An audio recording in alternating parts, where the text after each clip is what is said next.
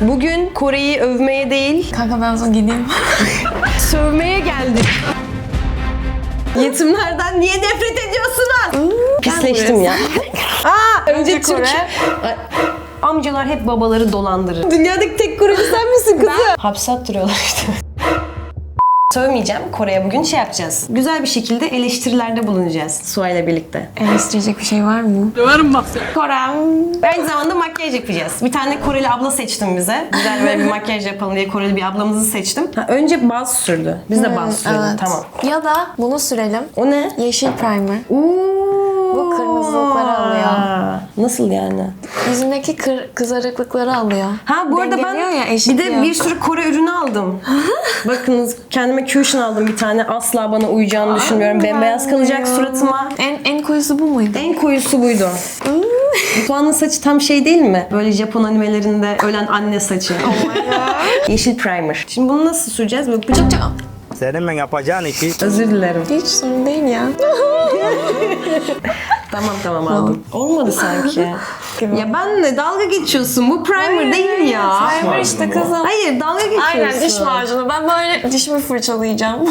Şaka yapıyorsun değil mi bana? Maske değil mi bu? Hayır. Her şey daha da kötüye gidiyor. Kanka gitmiyor bu. Gidecek yedir. Ha şimdi Koreli oldun. Şu an var ya hastalıklı gibi Var gözüküyorum. sürmene bile gerek yok. Buralara da sürelim eşitlesin. Sen bunu sürüyor musun? Baya evet bende böyle bir etki yaratmıyor. Şimdi bence K-pop eskisi kadar zevk vermiyor bence. Sana mı? Genel olarak bence eskisi kadar zevk vermiyor. Artık gruplar yeni şarkılar çıkarmıyor. Gruplar dağıldı. En sevilen gruplar dağıldı. Senin en sevdiğin gruplar dağıldı. Ya tamam işte eski var. Eskiden bir heyecan vardı ve o heyecanın sebebi şuydu. Çok yeni açılan bir sektördü ve o sektöre biz o ilk adımları gördük. İlk grupları gördük. İlk büyümeleri gördük. Daha böyle yakındı, candandı, böyle samimi hissettiriyordu. Artık o kadar samimi hissettirmiyor. K-pop o kadar samimi hissettirmiyor artık. Oh my gosh. Oh my god. Hayır ya bu senin için. Bu kişisel görüş. Herkes için bunu söyleyemezsin. Çünkü daha ben geçen sene K-pop, KCON LA'ya gittim Los Angeles'a. Oradaki çığlıkları duyman gerekiyor. Aşkım. Bir ekrana bakıp Nereye gülümsüyorlar ve çıldırıyorlar. Hangi gruptu? Ben de bilmiyorum çünkü ben de artık takip etmiyorum. O yaşı geçtim yani. Bizim için geçti bence. Sen çizgi film izliyor musun? Şu an çıkan çizgi filmleri. Abi eskiden ama büyük K-pop fanları vardı. Şimdi de var. Sadece işte tanımadığımız gruplar. İşte ben Stray Kids'i bile tanımıyorum. Ama o iki nesil önceki idoller. Stray Kids'i tanıyoruz ya. Evet. Biliyorsun ya. Mesela NCT Felix tanıyor Navidad'ı musun? bilmiyor musun? TikTok'ta çok popüler bir şarkıydı bir ara. Nasıl biliyor musun? Hadi bir tane TikTok şarkısı patlatalım. Böyleler yani. Hani bence çok büyük bir ruhları yok. Ben bunu demek istiyorum. Eski ruhu yok bence K-pop'un. I will find you, and I will kill you. Bak şey diyebiliriz. Eski Ya ben kötü bir şey zamanlarda- söylemiyorum ki. Eski ruhu yok bence. Sadece bunu söylüyorum. Ve buna katılan bence bir sürü kişi olacaktır yani. Bence şeyden, eskiden daha çok böyle BTS ve Blackpink sadece vardı ama artık bu yayıldı farklı gruplara. Ben artık K-pop dinlemiyorum. Hani eskiden seviyordum gerçekten. Mesela Blackpink şarkı çıkardığı zaman iyiymiş falan diyordum. Artık sadece duyuyorum. Yani bir şeyler duyuyorum ve kime ait olduğunu bilmiyorum. Oldu mu? Oldu. Çok değiştim ya ben. Ben çok değiştim ya. Ben artık değiştim. Tamam. Peki o zaman sence Kore dizileri Türkiye'de neden seviliyor? Türkiye'de. Evet. Çok derin sorular soruyorsun yani. Evet. Ben kendi için düşündüğümde neden Kore dizileri tercih ederim? Çünkü daha az böyle aldatma, cinayet, ağır şeyler var. Ya da Amerikan dizilerde hemen oluyor. Siz anladınız değil mi?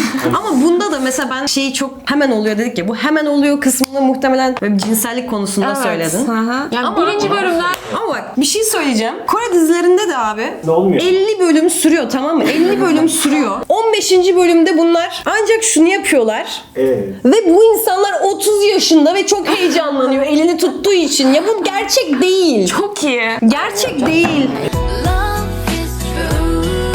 Hani sanki hayatında hiç cinsellik yaşamamış gibi bir hissiyat vermeleri doğru değil ya. Bu gerçek değil. Ha, o saflığı koruyalım. Tamam mı? CEO adam mesela bir tane kadın görüyor. Ya bir de hani bu konuyu artık aşamıyoruz. Dünyaca aşamıyoruz bu konuyu. CEO kız, CEO erkek. evet. Böyle Fakir fakir kız. kız. Bu konuyu Hiçbir şey asla bilmeyen. aşamıyoruz. Hiçbir şey bilmiyor. Saf böyle sürekli beceriksiz. falan düşüyor. Ay zaten Evet. Kore'den geldi o bence. Oha. Yok kız, Türklerin de var. Her şeyi de çalmayın ya. Yunan mısın lan sen? Doğru ya. Gerçi Ama sizin biraz kültür bizim böyle- kültür çok benziyor. Evet. Mesela erkek koruyucu Ne olacak. yapacağım şimdi? Yüzüme bir şey yaptık bana. Ruh gibi kaldım burada. Birazdan birilerine musallat olacağım. Sen soğuk alt tonlu musun yoksa sıcak alt tonlu musun? Ben soğuk alt tonluyum. Öyle mi? Evet. Tamam. Soğuk alt tonlu Ne? paletin var mı? Ne? Palet? Hayır, sen getirirsin diye düşündüm. Öyle mi? Evet. Evet neyse ki şanslısın. Ben de soğuk alt Ha tonluyum. dur, bunu aldım. Bu olur mu? Ya yine aynısını almışım. Aa! Bunu iade edebiliyor muyum ya? Ben bunu bir İade takipçime vereyim. Arkadaşlar bunu aranızdan birine hediye ediyorum. Bunun aynısı. Yani birebir aynı. Birebir aynısı bende var. Bak hiç kullanmadım. Direkt size veriyorum. Yorumlardan birisine direkt veriyorum. Bu sıcak alt tonlu bir palet. Bu da soğuk alt tonlu kahverengi Biz bir direkt göze palet. mi geçiyoruz şu an? Evet. Ağza değil yani. Söyleyeceğim. Sen kendi makyaj yapacak mısın? Yapacağım. Sanki bana makyaj yaptırmaya gelmişsin gibi çünkü. İlk başta base olarak böyle bir şeyle üstünden geçiyorsun. Mesela benim gözüm çok farklı olduğu için onun gibi yapamam ama. Benim gözüm aynısı olduğu için yapacağım. Aynısı ama gerçekten. Bu kız çünkü ameliyatı yaptırdı. Göz kapak Tamam ameliyatı. ama göz yapımız aynı değil. Evet ama daha yakın sana. Senin çünkü katlanıyor değil mi? Benimki katlanıyor tabii ki kızım. Ya çok ırkçılık yapasım geldi. Ama hani böyle genel bir ırkçılık değil. Sadece Sua'ya özel bir ırkçılık yapasım geldi. Yapsana. Ben senin gibi ezik miyim diyeceğim. Ama bu nasıl bir... Bu ırkçılık değil ki. Bu direkt...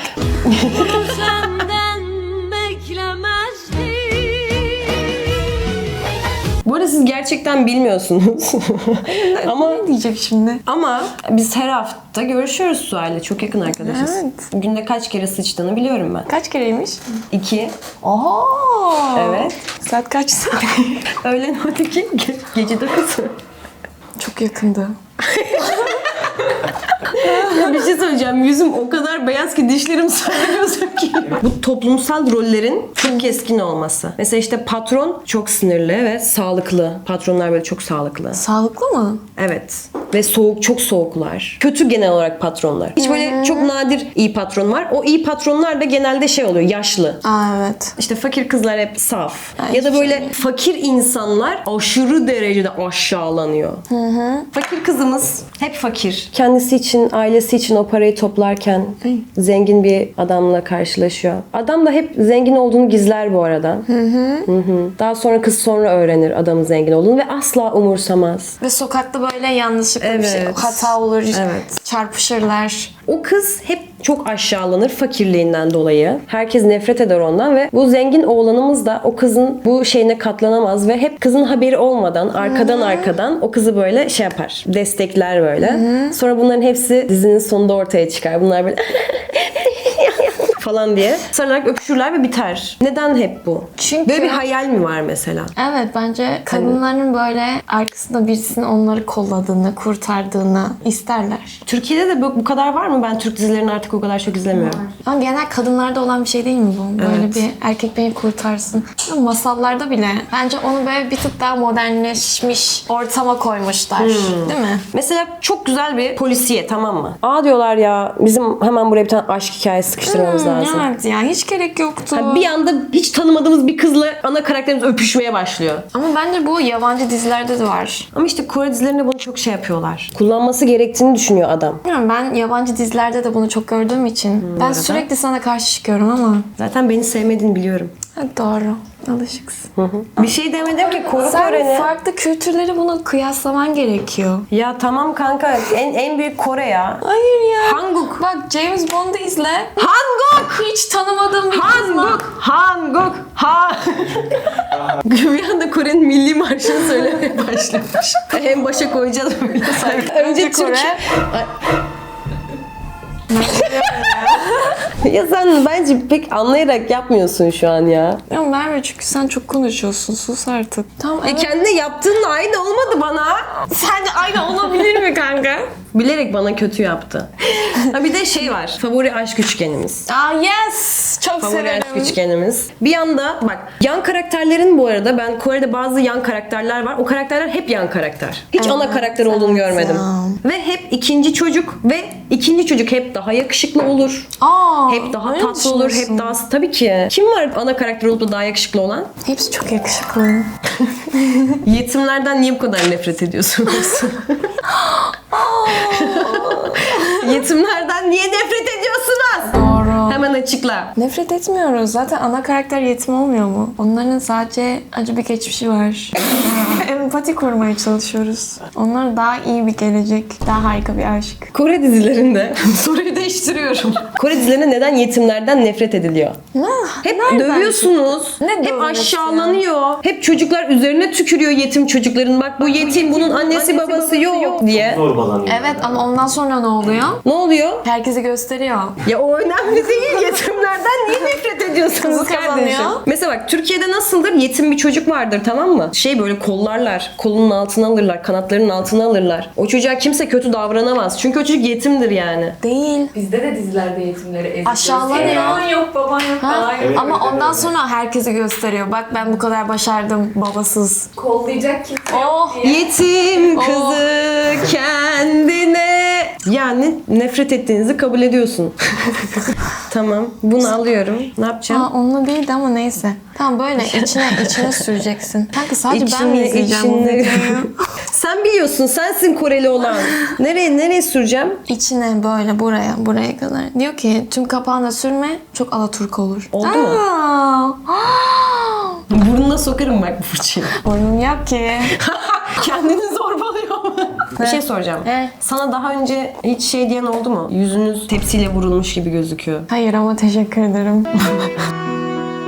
Bana geçen bir arkadaşım söyledi. Neden tepsiyle vurulmuş gibi suratları dedi. Düzmüş suratınız. İşte aynı şeyi ben de söylüyorum. Düz işte. Gerçekten çok dümdüz bizim yüzümüz. Ben sürmeye devam ediyorum bu arada. Doğru mu yapıyorum? Evet. Az daha sür düğüne gidersin. Bence soğuktan korunmak için olabilir mi? Mesela burun deliklerin daha küçük olursa ve burnun daha küçük olursa daha az hava ve rüzgardan korunur yani. Mesela bizim kirpiklerimiz yok ya. Sizin var. Arap ülkelerde var. Çok fazla Çünkü çok toprak. fazla toz var. Aynen çok fazla toz. Öyle. O kirpiklerimiz gözümüzü korusun topraklardan diye. Belki- Mantıklı. evet. Bizim neden Biz var ya küçük? çok şeyiz. Soğuk Akıllıyız bu olduğu arada. için. Zor bulursunuz böyle zeki Daha kadınlar. düz yüz, geniş elmacık kemikleri burun ve sinüslerin korumasına yardımcı olur. Ben eyeliner çekeceğiz. Daha koyu bir kahverengiyle. Tamam. Ne yapayım? Aa kırılmış. Kırdın. Dokunmadım. Dokunmana bile gerek yoktu. Buraya koy dedi biraz. Buradan böyle devam et dedi diplerinden. Ama benimki çok büyük oldu. Neden biliyor musun? Neden? Eziksin. Kusarım bak üstüne. Bir yok almıştı zaten. niye yapamadım? Yap hadi. Aa! Şaka yaptım. Benzerliklerimiz Kore kültürüyle Yes. benzerliklerimiz üzerine. Allahu Ekber bir saniye. El alem ne der fikrinin ikimizde de çok baskın olması. Kanka mesela ben şeyi çok garipsiyorum. Sizde etek boyunun hiçbir önemi yok ya. Ama memenizin açık olması çok ayıp. Neden? Meme niye o kadar ayıp? De mememiz yok yani. Evet abi. Evet. Bilmiyorum. Çok garibime gidiyor her seferinde. Memenin ayıp olması. Ama çok kısa giyeriz. Ama burası Evet. asla. Çatal görünmeyecek Aynen yani. çatal görünmeyecek. Bizde geniş kalça, geniş göğüs var ya. Bizde ikisi de ayıp mesela. Yine iyi sizdeki. Hani bizde ikisini de evet. gösterebiliyoruz.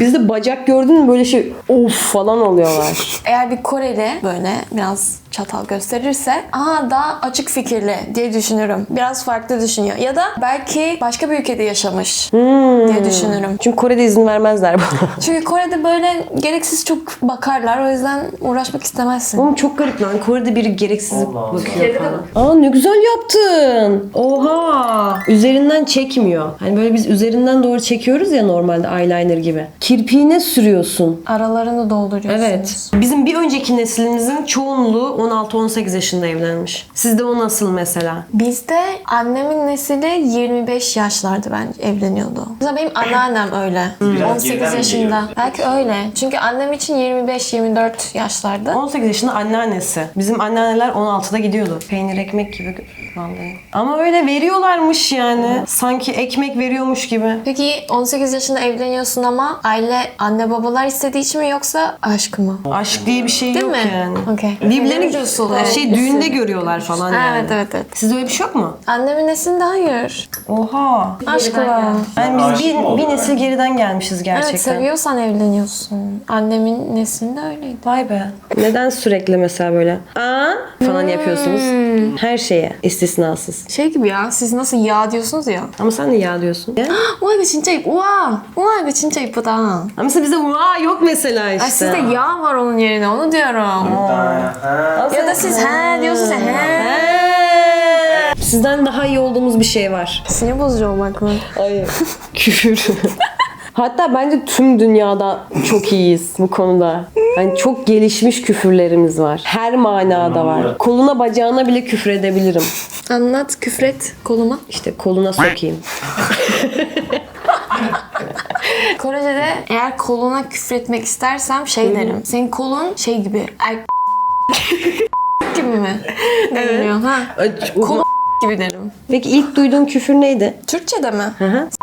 Kore'de de Kore küfürler bana küfür gibi gelmiyor. Mesela Kore'deki küfür ne ki? Şibar var.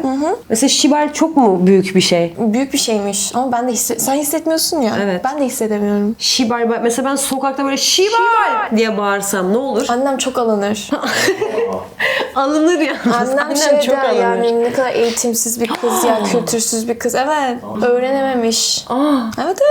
Şimdi allık süreceğiz. Evet. Korelilerin şu an trendi tam böyle göz altına çok yakın sürmek.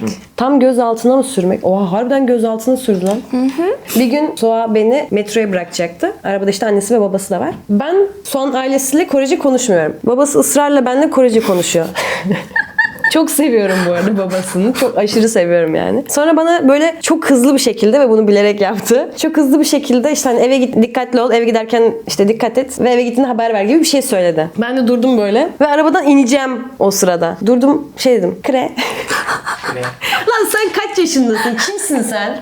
Sen kimsin? Seni tokatlarlar bak sokakta. Bu biraz saygısız oldu. Peki. Gibi aynen. Gibi. Tam olarak bu. 60 yaşında. Çok, Zaten bir daha çok binmedi güldüm. arabaya, Evet, değil bir mi? daha binmedim arabaya. Almadılar beni bir daha. Düşün neden? Kanka hiçbir şey yok suratımda.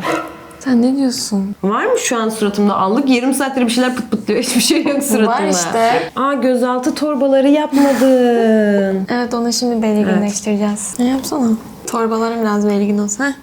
Bir şey söyleyeceğim. Biraz allık ekleyebilir miyiz ya? Bu ne? Ha, ekleyeceğiz ama önce torba yapacağız. Tamam. Çok konuşuyor. Koreli oldum. Güzel mi oluyorum? Kötü bir soru oldu. Güzel oluyor muyum? Maskara yapayım. Nasıl maskarayı nasıl yapıyoruz? Biz bu ablayı hiç izlemedik bu arada var ya. Boş ver o kızı ya. Boş ver, ben zaten biliyorum. Ben şu an alındım zaten bu videoya göre gittiğimde. Gerçekten. Tabii ki. Wow. Dünyadaki tek kurucu sen misin kızım? Ben Koreli influencer'ım.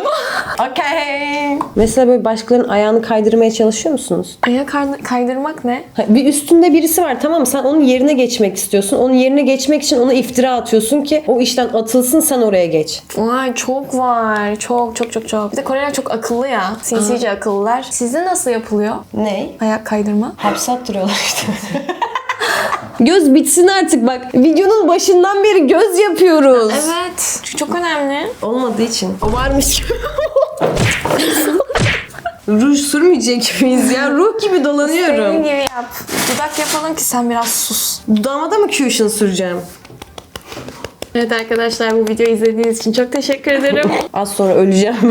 Ne yapıyorsun şimdi? Biraz overlap. Daha aşağı doğru sür, daha büyük sür. Daha büyük mü süreyim? Nasıl yani? Gideyim mi daha? Yok, zaten çok fazla yokmuş. Sanki sende var, şunun dudağına bak küçücük. Senden biraz daha var ama. Lütfen artık bir renk sürebilir miyiz? Hayır. Lütfen ya. Ondan sonra böyle yine renksiz. Ya bir şey hayır ya. Hayır ya. Yani biz ama böyle Bak, bir şey çok söyleyeceğim. abartı renkler sevmiyoruz. Tamam bundan süreyim, azıcık Ama süreyim. önce bu. Tamam, sür. Sen kendi sür ya. Ya yemin ederim hasta gibi gözüküyorum. Bir kendine bak, bir bak bana bak. Aynı mı sence? Aynı. Sus. Beni mumyalamışlar gibi gözüküyor. Mumyalanmışım ve böyle 5000 sene sonra beni çıkarmışlar, tamam mı? Kanka Bak ama benim gözümde çok güzelsin. Şimdi en son ortaya daha koyu bir renk. Ama ben çok güzelsin. şimdi bir şey yapacağım. Hayır bozdun falan diyecek, korkuyorum. Tam şeyler gibi olmuşsun. Kore'de uzun süre yaşamış Türkler. Korelileşmiş Türkler oluyor ya. Evet. Makyajları da değişiyor böyle. Böyle bir şey değil mi? Bu zamana kadar yaptığın en sıra dışı makyajlardan biri oldu. Evet, gerçekten bir Koreli makyajı oldu. Evet. İşçisin sen, işçi kal. Size böyle diyorlar mı? Hayır. Diyorlardır bu arada, sen bilmiyorsundur. Aynen. Neyiz biz? Kapitalist köpekler. Makyajımız ve konularımız bu kadardı. Daha fazla Suay'ı zorbaladığım videoları görmek isterseniz ve Suan'ın beni zorbaladığı videoları görmek isterseniz yorumlarda bunu belirtmeyi sakın unutmayın ve videoyu beğenin. Hoşçakalın. Teşekkür ederim geldiğin için. Öpeyim mi bir kere? Beni mi? Evet. Tamam.